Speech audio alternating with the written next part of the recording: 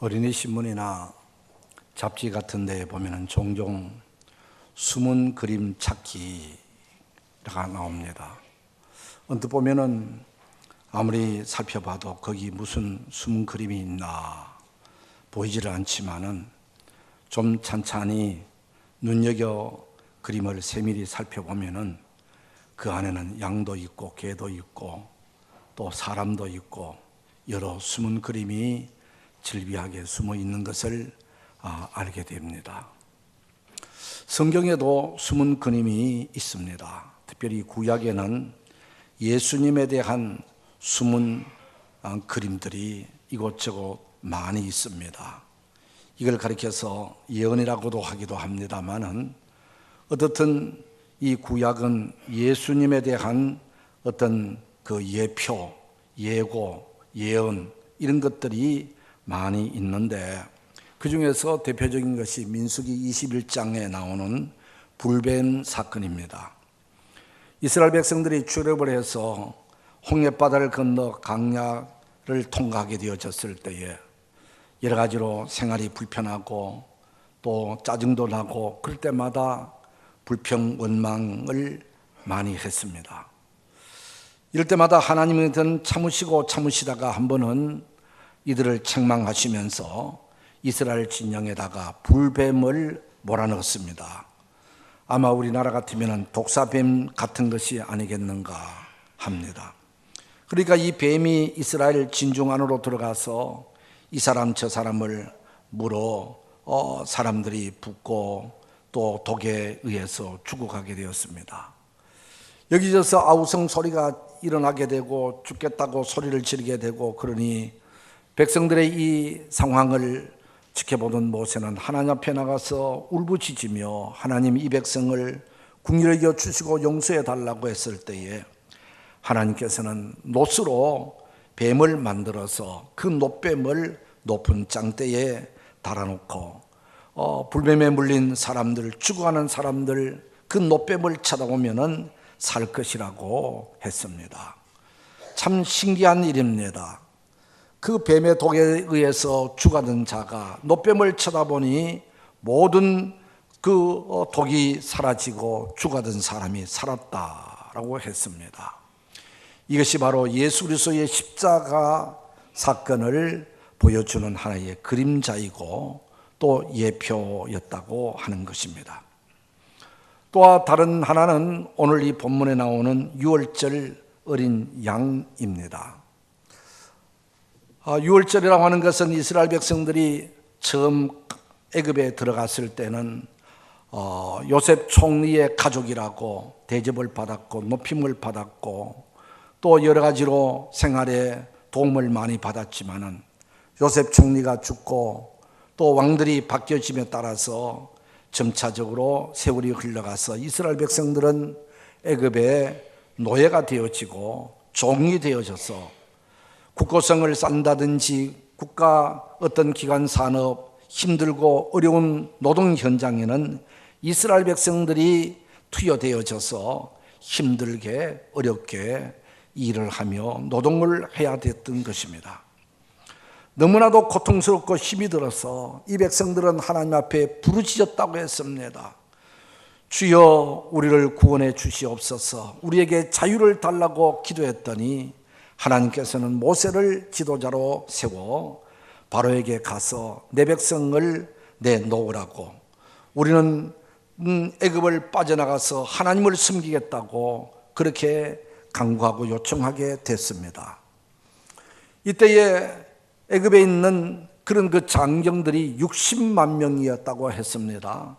이 많은 장정 60만 명이 산업기관 곳곳마다 가서 힘들고 어려운 3D 업종에서 일을 하는데 이들을 한꺼번에 내보냈다가는 나라의 어떤 근간이 흔들리게 되고 노동력이 한꺼번에 상실되기 때문에 바로 왕은 쉽게 이들을 내놓을 수가 없었습니다. 그랬더니 하나님께서는 갖가지 재앙을 그 이스라엘 백성들에게 내립니다. 강물이 피로 변하게 하는 재앙, 개구리가 애굽 전역을 뒤덮는 재앙, 이가 뒤끓고 또 파리가 뒤덮이고 우박과 역병과 메뚜기가 뒤덮이고 또 흑암이 캄캄함이 계속되어지는 이런 그 재앙들이 9번에 걸쳐서 놀라운 이런 그 힘든 재앙들이 애굽 땅에 내려지게 됩니다. 아마 이들은 무척 힘들고 어려웠을 것이라고 생각됩니다. 농사를 지어야 하는데 강물이 피가 되었으니 그 물로 어떻게 농사를 짓겠습니까? 온통 파리들이 뒤덮게 되어지게 되고 또 메뚜기가 농작물을 스쳐 지나가게 되면 남는 것이 없습니다. 그럴 때마다 바로왕은 제발 이 재앙만 끝나면 내 백성들 데리고 가라. 그렇게 해놓고서는 재앙이 끝이 나게 되면 또 마음이 변심해서 말을 바꾸고 안 된다고 그렇게 또 거절하곤들 그랬습니다. 그렇게 하기를 9번까지 왔습니다. 이제 마지막 10번째 재앙을 앞두고 하나님께서는 특별한 명령을 모세에게 내리십니다. 그것은 바로 아비를 열흘의 날에 모든 이스라엘 백성들은 양이나 염소를 준비하고 따가 19날 해질녘에 그 양을 잡아다가 그 피는 너희들이 있는 집 대문 문설주 문 위아래 좌우에 그것을 바르고 고기는 구워 먹되 쓴나물거나 누룩이 없는 그런 빵을 가지고 먹으라고 그리고 허리에다 띠를 동이고 언제라도 출발하면은 출발할 수 있는 그런 그 자세로 그 집안에서 고기를 먹으라고 그렇게 하나님께서 말씀하셨습니다. 그러면서 11장 4절에 보면은 이런 말씀이 나오는 것입니다. 밤중에 내가 애굽 가운데로 들어가니 애굽 가운데 처음 난 것은 위에 앉은 바로의 왕자로부터 맷돌 뒤에 있는 여종의 장자까지의 모든 생축에 처음 난 것을 죽일지니라 그랬습니다. 그날 저녁에 하나님께서 바로의 집안의 장자 맏아들로부터 저 맷돌 가는 여인의 어떤 맏아들까지 모든 집안의 맏아들은 다 내가 죽일 것이다. 사람만 죽이는 것이 아니라 집안에 있는 모든 가축들 처음 난 것들까지도 내가 다 죽일 것이다 라고 그렇게 엄청난 재앙, 엄청난 말씀을 하나님께서 하셨습니다. 이 말씀대로 하면은 집안마다 사람이 죽어질 것이고 곡소리가 일어날 것이고 어쩌면은 애굽이라는 나라 근간이 흔들리게 될 것이고 뭐 상상할 수 없는 이런 슬픔, 이런 그 사건들이 일어나게 될 것이라고 하나님이 하셨습니다. 이 놀라운 재앙을 예고하면서 이 재앙은 예외가 없다고 하시는 겁니다. 지금까지 9번까지의 재앙은 하나님 스스로가 이스라엘 백성들이 사는 고센 땅에는 재앙이 임하지 아니했고 애굽 사람들이 사는 지역에만 재앙이 임했는데 이번 마지막 재앙은 애굽 전역 누구든지 이스라엘 백성이나 애굽 사람들이나 어른이나 아이나 배운 사람이나 못 배운 사람이나 임금이나 또한 종들이나 누구든지 모든 사람에게 임하는 재앙이라고 하셨습니다. 그러면서 이 재앙을 피할 수 있는 유일한 방법이 있는데 그 방법은 바로 양을 그날 저녁에 잡아다가 그 양의 피를 대문 좌우에다가 그리고 모든 기둥에다가 그 피를 바르면은 그 피가 있는 집안의 사람들은 이 죽임을 면하게 될 것이다 라고 말씀하신 겁니다. 참 놀라운 일입니다. 이스라엘 백성들도 이 피가 없으면은 죽음이 임한다는 것입니다. 또 애굽 사람들도 이 피가 있으면 산다는 것입니다. 그러나 애굽 사람들은 하나님을 경외하지 않기 때문에 이 말씀을 귀담아 듣지를 않았을 것이죠. 어떻든 민족의 구분 없이, 예외 없이 때문에 양의 피가 있는 집은 살고 양의 피가 없는 집에는 모든 장자들이 다 죽임을 당할 것이라고 하는 것입니다. 여기서 장자라는 것은 그 집안을 대표하는 사람을 가리킵니다. 온 집안 식구들이 다 하나님의 진노를 받아 죽어야 마땅하지만은 그 집안의 대표로 장자를 치겠다, 장자를 죽이겠다라고 하는 것입니다. 그러면서 이 대문에다가 바르라고 하는 것은 그저 속으로 믿습니다라고 또 집안 식구들끼리 양만 잡아다가 고기를 먹고 그러지 말고 모든 사람이 보이는 곳에, 사람이 지나가는 곳에, 사람이 들어가고 나가는 집 어떤 입구에다가 양의 피를 바르라는 것입니다. 페인트 칠을 하라는 말도 아닙니다. 예쁜 색깔로 단장하라는 말도 아닙니다.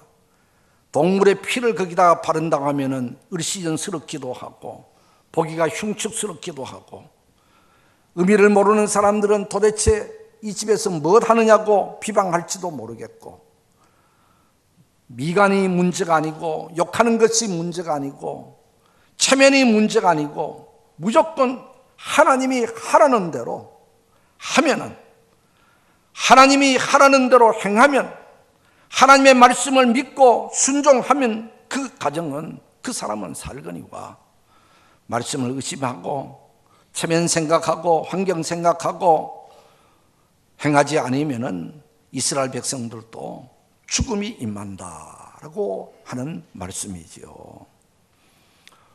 그리고 그 집안의 식구들이 이런 죽음의 재앙이 면하게 되어진 것은 그 식구들이 의로워서 그런 것이 아닙니다. 집안 식구들이 착해서 사는 것이 아닙니다. 집안 식구들이 뭔가 잘나서 그런 것이 아니라 이스라엘 백성들이나 애굽이나 다 하나님의 심판의 대상이지만은 그러나 양이 너희를 대신해서 죽기 때문에 너희들이 다 죽어야 마땅한 죄인들이지만은 어린 양이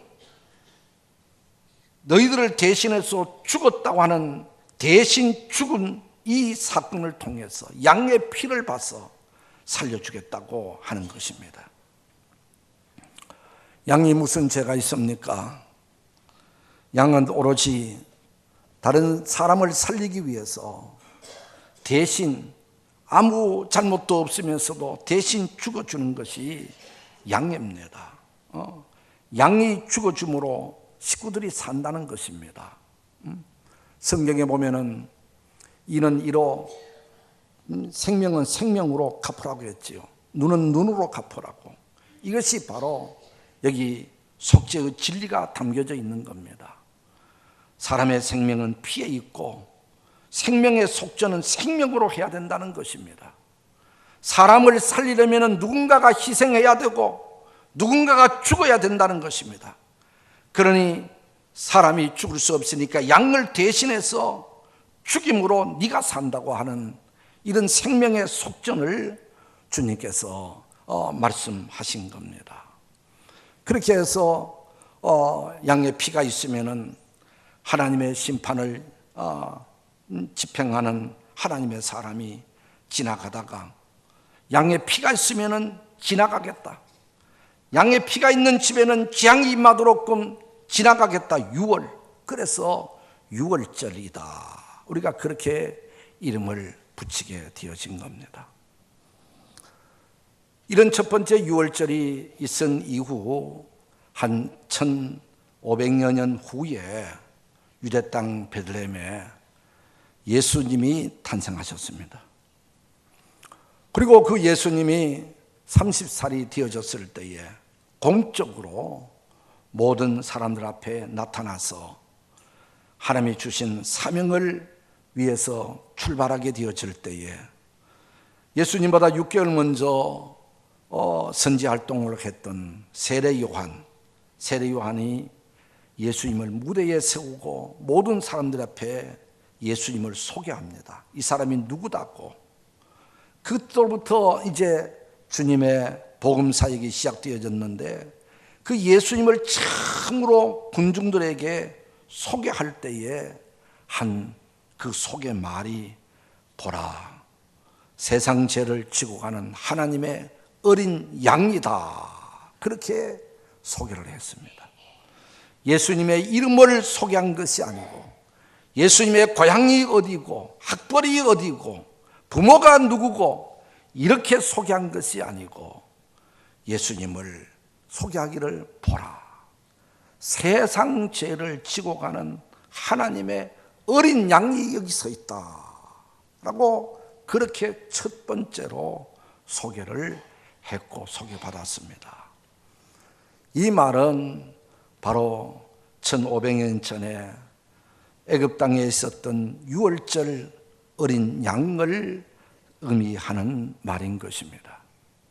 유월절 어린 양이 죄 없이 죽음으로 통해서 하나님의 사람들이 살았는 것처럼 바로 여기 선 이분은 모든 인류를 살리기 위해서, 모든 인류를 죄에서 구원시키기 위해서 우리 대신 죄값을 받으러 오신 분이다, 우리 대신 죽어주러 오신 분이다 라고 하는 그런 말과 같은 것입니다. 그렇습니다. 오늘 우리는 누구나 아담의 피를 이어받은 우리들입니다.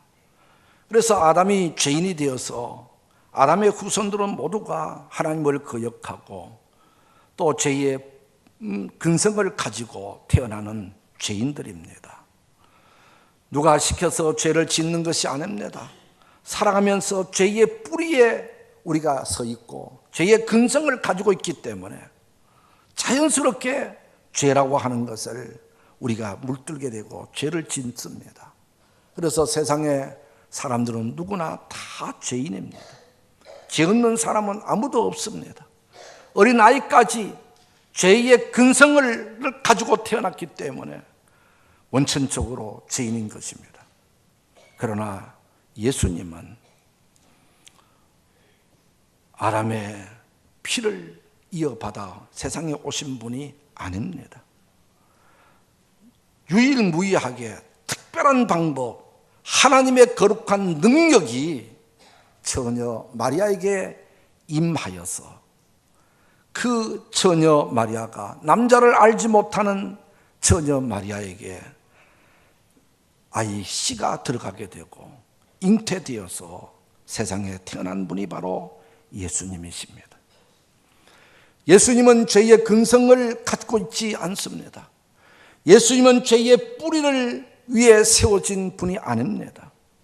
하나님의 거룩한 능력에 의해서 특별한 방법으로 세상에 오신 분이기 때문에 예수님은 죄가 없으신 분이십니다. 이렇게 죄 없는 예수님이 어찌해서 가장 악한 사람들이 죽어가는 사형 형틀 십자가에 못을 박히면서 피를 흘리면서 창을 맞으면서 그렇게 죽어갔을까? 사형을 받으셨을까?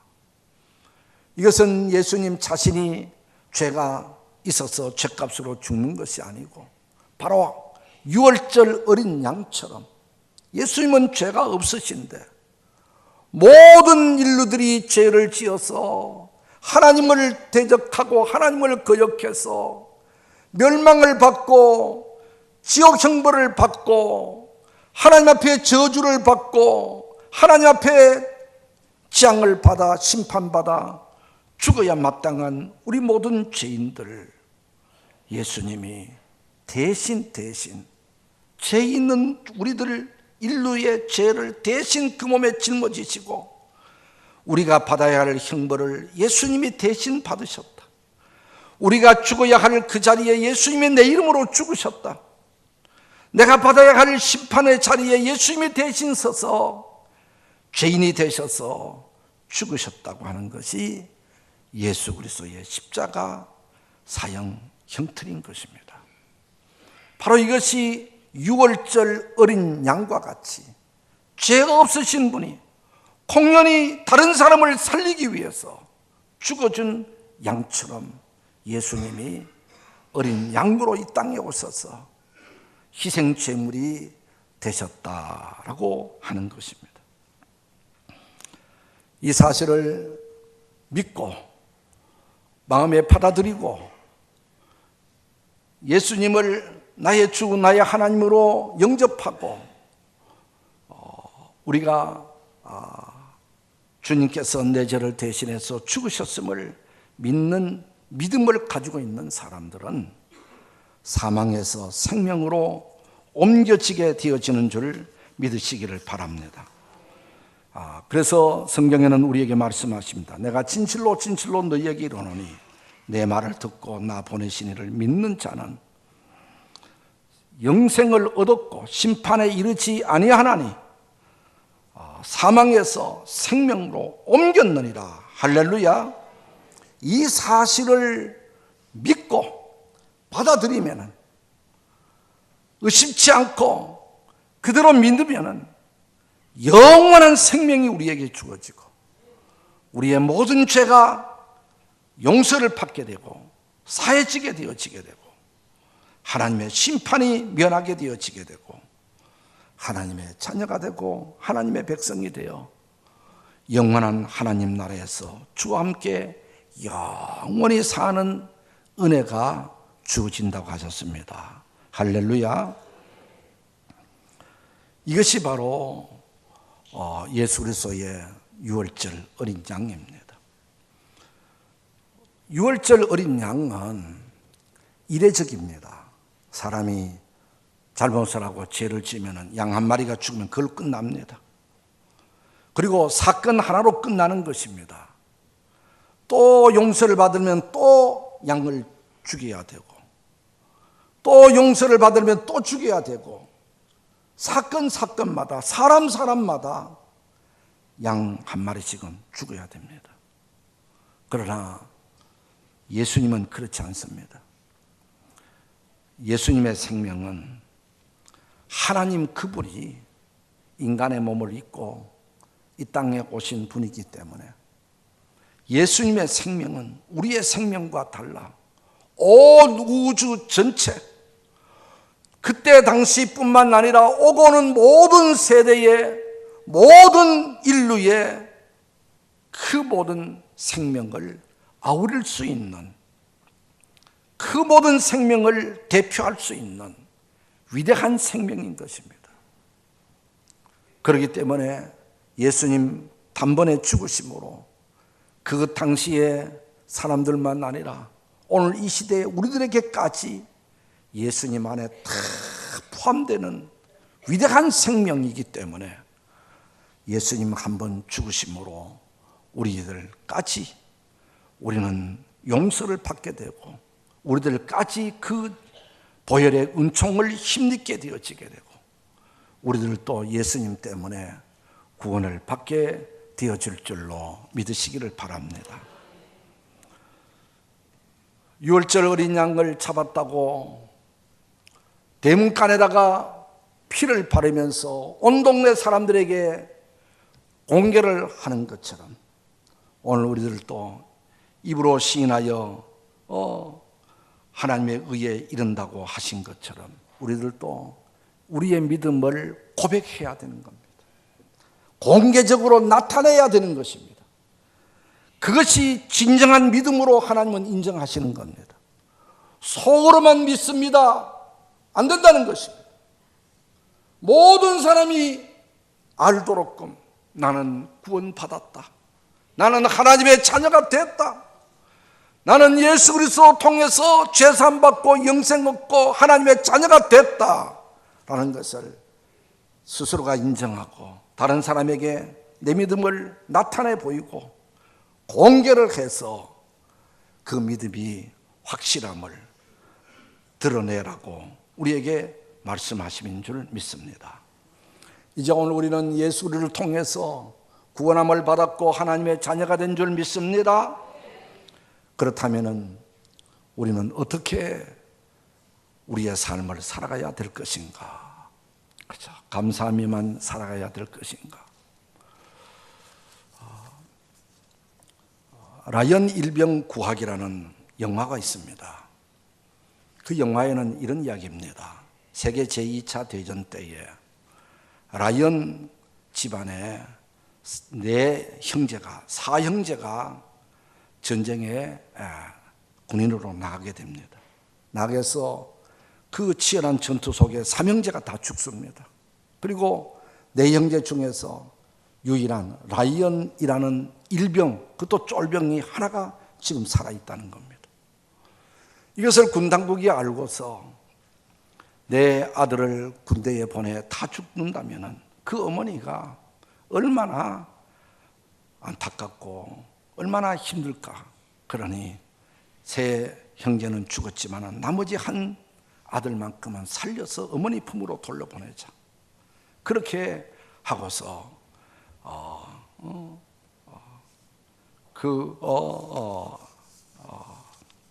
밀러 대위에게 명령을 합니다. 너는 특공대를 조직해서 라이언 일병을 구해서 살려서 집으로 돌려보내라는 특명입니다. 밀러 대위는 특공대를 조직했습니다. 그리고 빗발치는 그 전투 현장으로 이 특공대가 나갑니다. 이들에게 맡겨진 것은 적군의 진지를 파괴하라는 명령도 아니고, 그리고 어떤 중요한 요인을 암살하거나 살려오라고 하는 그런 그 명령도 아니고, 어쩌면 자기와 똑같은, 어쩌면 자기보다 더 후배이고 자기보다 더 쫄병이고 계급도 낮은 라이언 일병, 그 1등병을 구하해서 살려보내는 것이 임무고 명령인 것입니다. 참 황당한 명령입니다. 그러나 군대 사회에서는 하락만 해야죠. 특공대원들이 이 전투 현장에 가보니까 라이언 일병이 전투하는 현장에는 너무나도 치열한 전투가 벌어졌습니다. 그리고 그 라이언 일병까지 가는 데는 무수한 위험이 도사리고 있으면서 이 특공대원들이 1명, 2명 죽어갑니다. 결국 모든 대원들은 다 죽고 이 밀러 대장 한 사람, 대위 한 사람만 겨우 살아서 라이언 일병을 만나게 되고, 만날 때도 이미 포탄 속에서 이 대위도 지금 죽어가고는 있답니다. 이때에 겨우 이 일병에게 이런 이야기를 합니다. 너는 모든 많은 사람들을 생명으로 담보받아 살아가는 사람이니 앞으로 너는 열심히 살아야 돼. 너는 정말 성실히 살아야 돼. 너 생명은 네 혼자가 아니라 많은 생명이 죽어가면서 너를 살린 거야. 열심히 살라고 하고서는 이 밀러 대위도 죽습니다. 영화의 마지막은 이런 장면입니다.